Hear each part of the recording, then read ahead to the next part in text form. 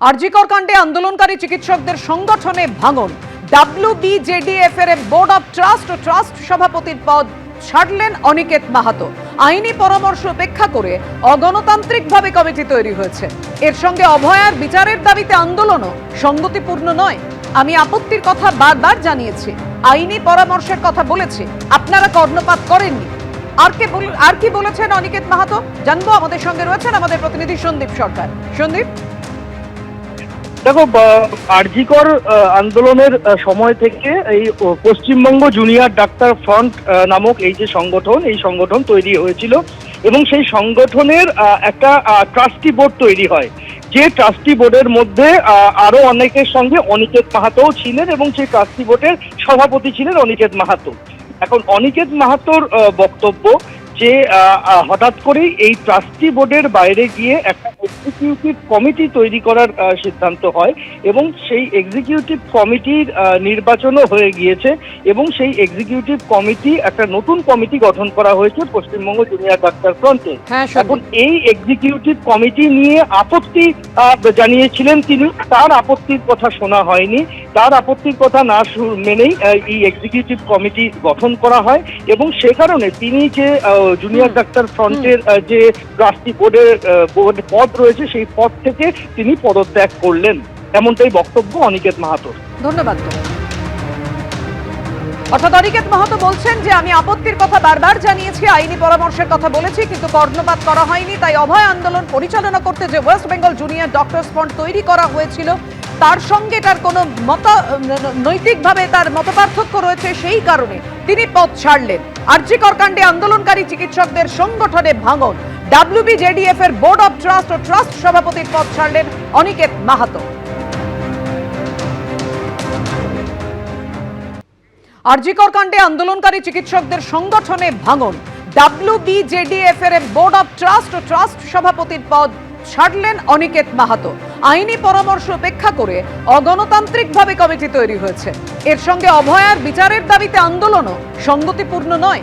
আমি আপত্তির কথা বারবার জানিয়েছি, আইনি পরামর্শের কথা বলেছি, আপনারা কর্ণপাত করেননি। যে কোনোভাবে বাংলা দখলের চেষ্টা বিজেপির, মমতা বন্দ্যোপাধ্যায় সরকারকে উৎখাতের চেষ্টা নরেন্দ্র মোদী, অমিত শাহ এবং বিজেপি। সিবিআই, ইডি, বিভিন্ন কমিশন, রাজ্যপালকে দিয়ে কিছু হয়নি। এখন শেষ অস্ত্র নির্বাচন কমিশন।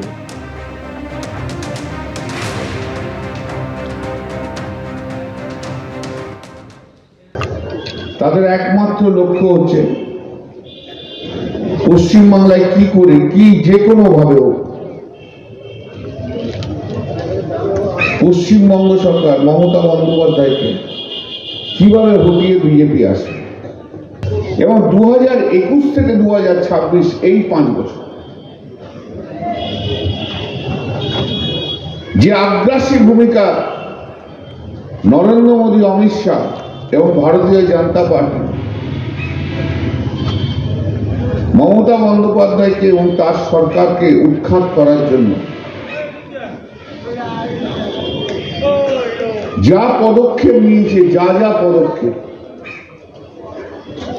প্রথমে সিবিআই হলো না কিছু, তারপর ইডি হলো না কিছু, বিভিন্ন কমিশন হলো না কিছু, গভর্নরকে ইউজ করা হলো না কিছু। এখন শেষ অস্ত্র হিসেবে ইলেকশন কমিশন। ইলেকশন কমিশন কিভাবে বাংলায় ভোটার কেটে প্রমাণ করতে চাইছে যে এরা নাগরিক নয়, পশ্চিম যে ক্ষমতা ইলেকশন কমিশনের নেই। কল্যাণ বন্দ্যোপাধ্যায় তিনি আক্রমণ শানিয়েছেন যে বিভিন্ন কমিশনকে আগে কাজে লাগানো হয়েছে, রাজ্যপালকে দিয়ে কিছু হয়নি। এখন শেষ অস্ত্র নির্বাচন কমিশন। মমতা বন্দ্যোপাধ্যায় সরকারকে উৎখাতের চেষ্টা নরেন্দ্র মোদী, অমিত শাহ এবং বিজেপির। আক্রমণ শানিয়েছেন শ্রীরামপুরের সাংসদ।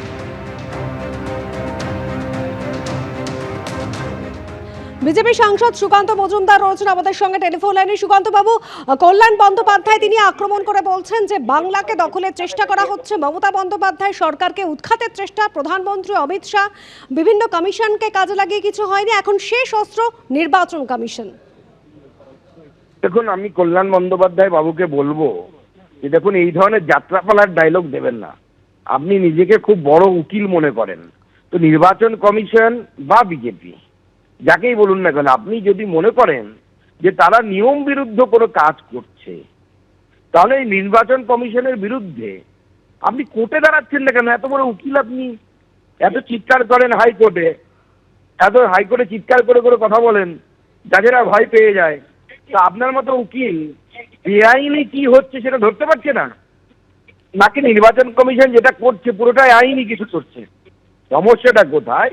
মমতা বন্দ্যোপাধ্যায়ের বিধানসভা থেকে 40,000-এরও বেশি নাম কাটা গেছে কাল মৃত ভোটার, শিফটেড ভোটার। এদের ভোটটা পড়ে যেত, এই ভোটটা পড়া নির্বাচন কমিশন বন্ধ করতে চাইছে। আজকে এবিপি আনন্দের মাধ্যমে আমি বাংলার মানুষ তথা দেশের মানুষের কাছ থেকে জানতে চাই, মৃত ভোটারদের নাম ভোটার লিস্টে থাকা এবং তাদের নামে ভোট করা, এটা কি আইনি?